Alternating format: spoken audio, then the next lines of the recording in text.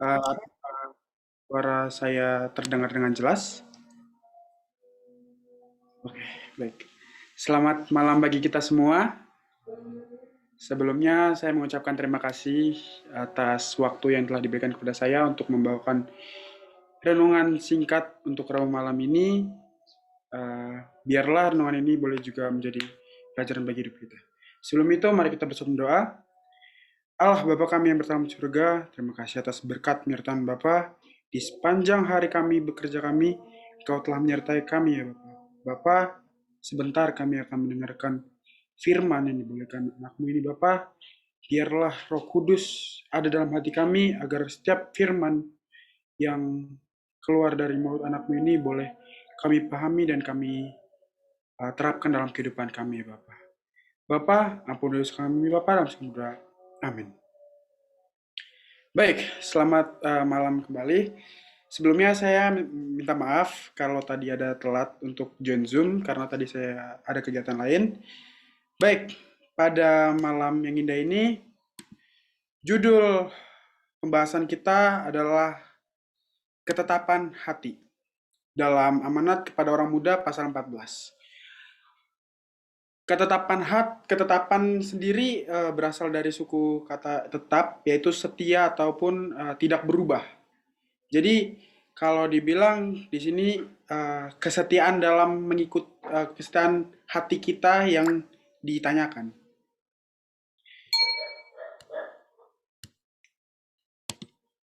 Orang-orang yang pada akhirnya mendapat kemenangan akan mengalami masa-masa kebimbangan dan pencobaan yang hebat dalam hidup kebak kebaktian mereka itu. Tetapi mereka harus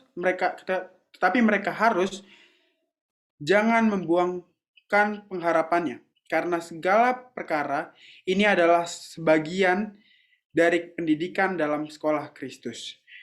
Ini kalau dibilang renungan kita pada malam ini sedikit berbau dengan sekolah sahabat minggu lalu yang menyatakan ketika kita setia dalam mengikuti Tuhan, hasil akhirnya kita akan mendapatkan kemenangan.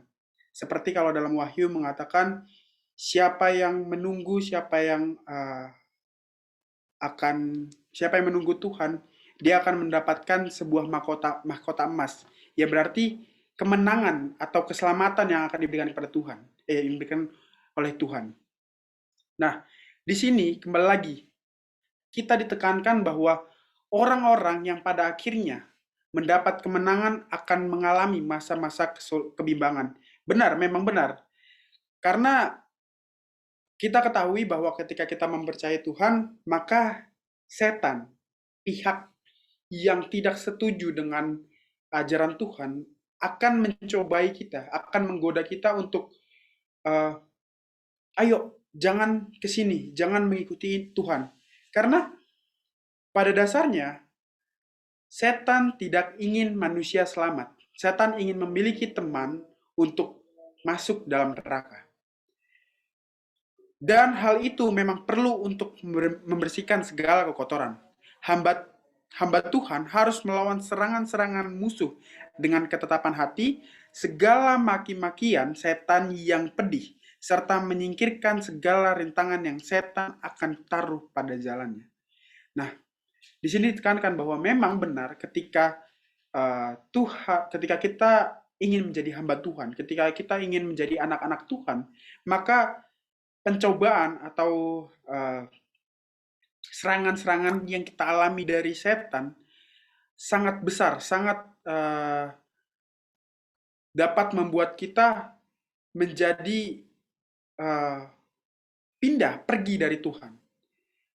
Tapi di sini Tuhan tekankan kepada kita, amanat kepada orang muda ini tekankan kepada kita bahwa kita harus kuat melawan serangan-serangan musuh dengan ketetapan hati kita. Setan akan berusaha untuk menawarkan hati pengikut-pengikut Kristus supaya mereka tidak lagi meminta doa atau mempelajari ke Alkitab, dan dia akan menggelapkan jalan mereka dengan bayangannya yang jahat itu supaya mereka tidak bisa melihat lagi pada Yesus. menyembunyikan dari mereka itu pandangan kebencian, kecintaannya, dan kemuliaan pusaka surga.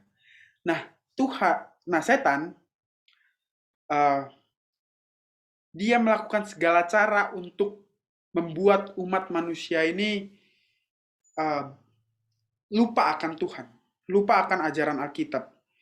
Bahkan setan membuat kita itu buta. Kita tidak dapat melihat betapa cintanya Tuhan kepada kita, betapa mulianya surga yang Tuhan janjikan kepada kita. Adalah kesukaan setan membuat anak-anak Allah berjalan dengan takut dan gemetar, dan berusaha serta selalu terganggu oleh perasaan bimbang. Dia berusaha akan menyusahkan sebisa-bisanya perjalanan itu, tetapi jikalau engkau selalu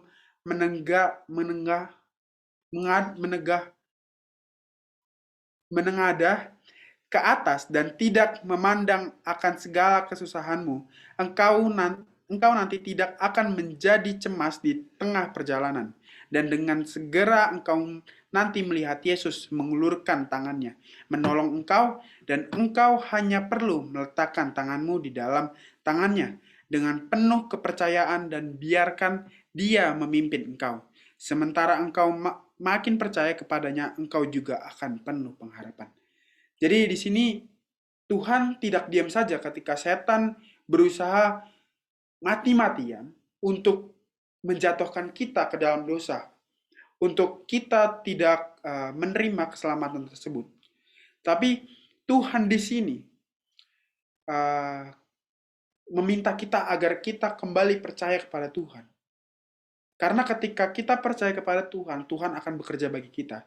Yesus akan mengulurkan tangannya untuk menolong kita. Karena kita ketahui bahwa tidak ada seorang pun atau tidak ada oknum selain Tuhan yang dapat menolong kita. Dan kita hanya perlu meletakkan tangan kita ke dalam tangan kuasanya Tuhan. Bayangkan betapa enaknya hidup kita ketika kita menaruh segala ketakutan kita, segala masalah kita ke dalam tangan Tuhan. Maka Tuhan akan menolong kita, maka Tuhan akan mengangkat segala beban itu. Sama seperti ketika kita merasa, kenapa ya saya merasa beban hidup saya berat, bla bla bla. Itu adalah tanda ketika kita tidak mempercayai Tuhan, ketika itu adalah titik di mana setan merasa senang. Yes, ada satu pengikut Tuhan yang merasa berat. Padahal ketika kita menyerahkan segala keluh kesah kita, beban kita, maka Tuhanlah yang bekerja bagi kita, bukan kita, tapi Tuhanlah yang akan bekerja, membantu dan menolong kita. Yesus itulah terang dunia, dan engkau harus menjadikan hidupmu setuju dengan kehidupannya. Engkau akan mendapat pertolongan dalam Kristus untuk mengadakan satu tabiat yang kuat, setimpal dan indah. Setan tidak bisa meniadakan Alkitab, terang yang bercahaya dari tabiat yang begitu. Tuhan ada pekerjaan bagi kita masing-masing untuk dikerjakan. Tidak dimaksudkan Allah supaya kita nanti dikuatkan oleh pengaruh pujian dan timbangan manusia. Maksudnya yaitu tiap-tiap jiwa harus berdiri dalam kuasa Tuhan. Tuhan sudah memberikan kepada kita pemberiannya yang paling baik, yaitu anaknya yang tunggal. Akan meninggikan kita, memuliakan derajat kita, serta menjadikan kita layak mendapat tempat dalam kerajaan surga oleh memakaikan pada kita tabiatnya yang sempurna itu. Nah, di sini ditekankan kembali bahwa sebenarnya kita adalah pekerja, pelayan Tuhan. Kita dikaruniai Tuhan masing-masing talenta. Ada talenta yang bernyanyi, ada talenta yang bermain musik, ada talenta yang berbicara, ada talenta yang mengabarkan Injil, ada talenta sebagainya. Tapi di sini Tuhan itu mau kita bekerja bagi Tuhan, bukan bagi pujian atau penghormatan dari manusia. Tapi Tuhan ingin dengan uh, kekayaan yang kita miliki ini boleh menjadi suatu bau-bauan yang harum untuk kemuliaan nama Tuhan. Yesus sudah datang ke dunia ini dan sudah hidup sebagaimana dia mau pengikut-pengikutnya akan hidup. Jikalau kita turutkan keinginan kita sendiri, serta terlalu malas untuk berusaha sebisa-bisanya, akan menurut pekerjaan Allah yang ajaib itu, maka kita akan mendapat kerugian besar, baik dalam kehidupan ini maupun dalam kehidupan yang akan datang, yaitu kehidupan yang kekal. Di sini kalau kita ketahui bahwa Tuhan sudah datang ke dunia ini, sudah menjadi seperti kita, seperti manusia yang tidak memiliki kekuatan, yang tidak seperti di surga. Tujuan Tuhan datang ke sini ingin kita mengetahui teladan yang benar itu seperti apa. Bahkan kalau dibilang sebenarnya pada zaman dahulu banyak nabi-nabi yang membelok atau mengubah ajaran Tuhan. Tapi di sini Tuhan akhirnya datang dengan lahir dari Maria, kemudian dia ingin kita mengikuti tabiat atau kehidupan yang sebenarnya gimana sih umat Tuhan itu hidup.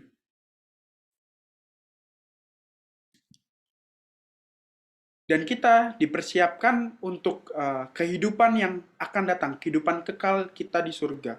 Bukan semata-mata hanya untuk kehidupan di dunia ini saja, tetapi kehidupan yang akan datang, kehidupan kekal yang Tuhan telah janjikan ketika kita berada di surga, di Yerusalem baru.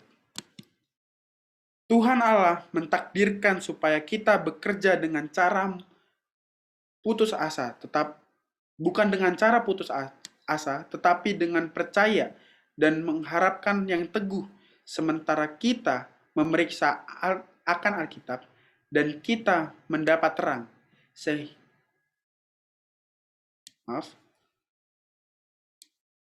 Sehingga kita bisa memandang kemurahan Bapa yang mengherankan itu di dalam pemberian Yesus datang ke dunia ini, supaya segala orang yang percaya akan Dia tidak akan binasa, melainkan mendapatkan hidup yang kekal. Maka haruslah kita bersuka-suka dengan satu kesukaan yang tidak terkatakan, serta dipenuhi dengan kemuliaan. Segala perkara yang kita bisa dapat oleh pendidikan, Tuhan maksudkan agar kita harus gunakan semuanya untuk kemajuan kebenaran. Peribadatan yang sungguh-sungguh dan benar harus dipancarkan dari hidup dan tabiat kita, supaya salib Kristus boleh diangkat tinggi-tinggi di hadapan dunia. Dan harga tiap-tiap jiwa boleh dinyatakan dalam terang salib itu. Pikiran kita mesti terbuka kepada pengertian Alkitab supaya kita bisa mengumpulkan kuasa roh oleh selalu makan roti dari surga.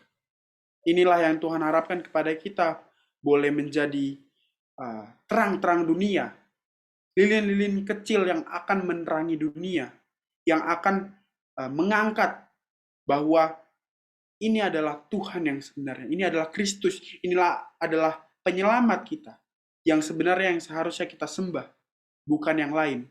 Dan Tuhan telah memberikan anaknya yang tunggal. Sama seperti dalam Yohanes 3:16 dikatakan, karena begitu besarnya kasih Allah akan dunia ini, sehingga Ia telah mengaruniakan anak yang tunggal, supaya setiap orang yang percaya kepada Dia tidak binasa, melainkan beroleh hidup yang kekal. Disinilah kita melihat betapa sayangnya Tuhan, betapa sayangnya Allah kita yang memberikan anaknya untuk mati, menebus dosa kita. Bisa saja sebenarnya Tuhan menciptakan manusia lain, menciptakan makhluk baru, bisa saja. Tetapi apakah itu jalan yang terbaik? Yesus menjawab dengan memberikan anaknya yang tunggal untuk kita yang percaya kepadanya tidak binasa, melainkan beroleh hidup yang kekal. Biarlah firman ini boleh menjadi penguatan bagi kehidupan kita sepanjang harinya. Tuhan Yesus memberkati.